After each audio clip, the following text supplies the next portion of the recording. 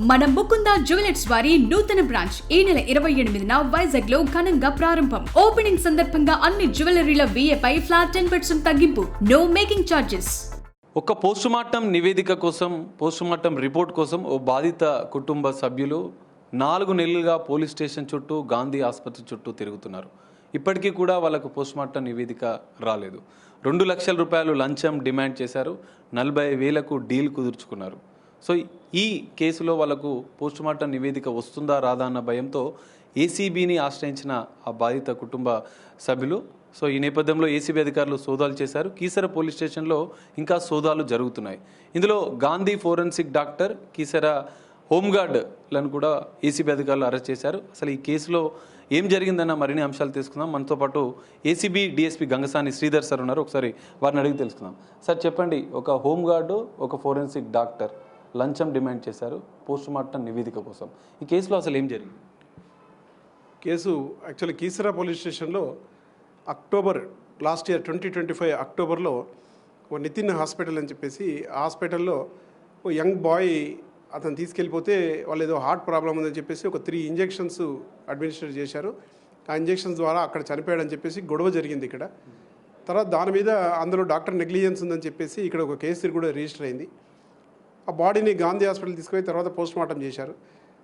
అయితే ఇది గత 4 మంత్స్ నుంచి ఆ పోస్టుమార్టం రిపోర్టు ఇవ్వలేదు కాబట్టి వీళ్ళు చాలాసార్లు ఇక్కడ పోలీస్ స్టేషన్కి వచ్చారు. ఇక్కడ నుంచి ఆ హోంగార్డ్ని అప్రోచ్ అయ్యారు. ఇక్కడ ఎంసీ డ్యూటీ చేసేటువంటి అతను అప్రోచ్ అయ్యి ఆ డాక్టర్ దగ్గరికి వెళ్ళారు. ఆ డాక్టరు ఒక 2 లక్షల రూపాయలు ఇస్తే ఆ పిఎంఈ రిపోర్ట్ ఇమీడియట్లీ ఇస్తాడని చెప్పేసి హోంగార్డ్ వీళ్ళకి చెప్పాడు. 2 లక్షల రూపాయలు మేము ఇవ్వలేము అని చెప్పేసి వీళ్ళేదో బతిలాడితే దాన్ని ఆఖరికి 40,000కు నిన్న మార్నింగ్ 40,000 ఇస్తే ఓకే ఇచ్చేస్తా అన్నాడని చెప్పేసి మాట్లాడాడు. నిన్న మార్నింగ్ 5,000 వీళ్ళు ఇమీడియట్లీ ఇచ్చారు. ఇస్తే 5,000తో పాటు ఇంకో 15,000 కలిపి 20,000 అతను డాక్టర్కి ఇచ్చేసి పిఎంఈ రిపోర్ట్ తీసి దగ్గర పెట్టుకున్నాడు. హోంగార్డ్ ఎవరైతే ఉన్నారో అతను ఆ పిఎంఈ రిపోర్టు కావాలంటే ఈరోజు నిన్న 5,000 ఇచ్చారు కదా, ఈరోజు 35,000 కీసర పోలీసునికి వచ్చి ఇచ్చేస్తే ఆ రిపోర్ట్ ఇచ్చేస్తానని చెప్పేసి కాల్ చేస్తే మా దగ్గరికి వచ్చి కేసు రిజిస్టర్ చేశాము. మేము వచ్చాక 35,000 తీసుకుంటుంటే ఈరోజు 12 o'clock ఇక్కడే పట్టుకున్నాం పోలీస్ స్టేషన్ ముందట.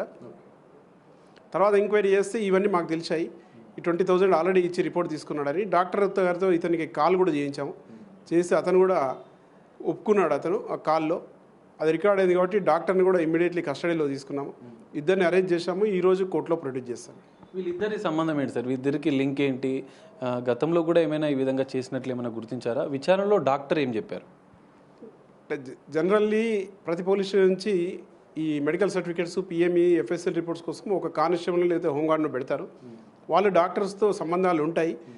కాకపోతే అది మంచి సంబంధాలు అయితే బెటర్.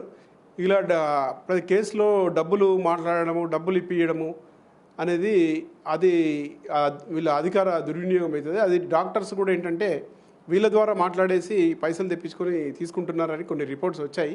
కాబట్టి ఈ కేసు పరంగా ప్రస్తుతానికైతే ఈ ఒక కేసే ఇప్పుడు రిజిస్టర్ చేశాము, దీంట్లో అరెస్ట్ చేశాము. ఫర్దర్గా మేము forensic head of the department ఉంటారు, అక్కడికి వెళ్ళి కూర్చొని గత వాటిల్లో కూడా ఏమైనా జరిగినాయో చూస్తాం. డాక్టర్ సందీప్ ఇంట్లో కూడా సోదాలు జరుగుతున్నాయా? ఇంకేమైనా గుర్తించారా వాళ్ళ ఇంట్లో? డాక్టర్ సందీప్ ఇంట్లో కూడా సోదాలు కంటిన్యూ అవుతున్నాయి. ఇంకా టైం పడుతుంది ఇంకా టోటల్గా మనకు రిపోర్ట్ రావడానికి. అక్కడ వేరే టీము సెర్చ్ చేస్తున్నారు.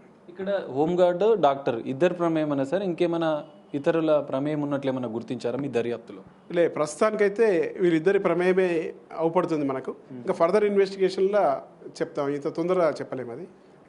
సో ఇది ఒక పోస్టుమార్టం నివేదిక కోసం లంచాన్ని డిమాండ్ చేసినటువంటి హోంగార్డ్ని, డాక్టర్ సందీప్ని కూడా అరెస్ట్ చేసినట్లు ఏసీబీ చెప్తున్నారు. ఈ కేసులో ఇంకా దర్యాప్తు చేస్తున్నారు. దర్యాప్తులో మరికొన్ని అంశాలు వచ్చే అవకాశం ఉంది. ప్రధానంగా ఏసీబీ అధికారులు బాధితులకు ఒక అండగా ధైర్యం చెప్తున్న పరిస్థితి. ఎందుకంటే తమ పనులు కంప్లైంట్ చేసిన అనంతరం అవుతాయో కాదో అన్నట్లుగా కూడా కొంత ఆందోళన ఉంటుంది. కానీ ఈ కేసులో 4 నెలలుగా తిరుగుతున్న నివేదిక, పోస్టుమార్టం రిపోర్టు దక్కలేదు. కానీ ఏసీబీ అధికారులు సోదాలు చేసిన ఒక్క రోజులోనే బాధితులకు ఆ పోస్టుమార్టం నివేదిక అప్పజెప్తున్నారు. సో తదుపరి కూడా ఏదైనా లంచం డిమాండ్ చేసిన అవినీతి అధికారులపైన మీరు ఫిర్యాదు చేయండి. మీకు అండగా ఏసీబీ ఉంటుందన్న భరోసాను కూడా ఏసీబీ అధికారులు, ఏసీబీ డీఎస్పీ శ్రీధర్ చెప్తున్న పరిస్థితి కనిపిస్తుంది. కెమెరామెన్ పవన్తో కలిసి సాగర్, బిగ్ టీవీ, కీసర నుండి.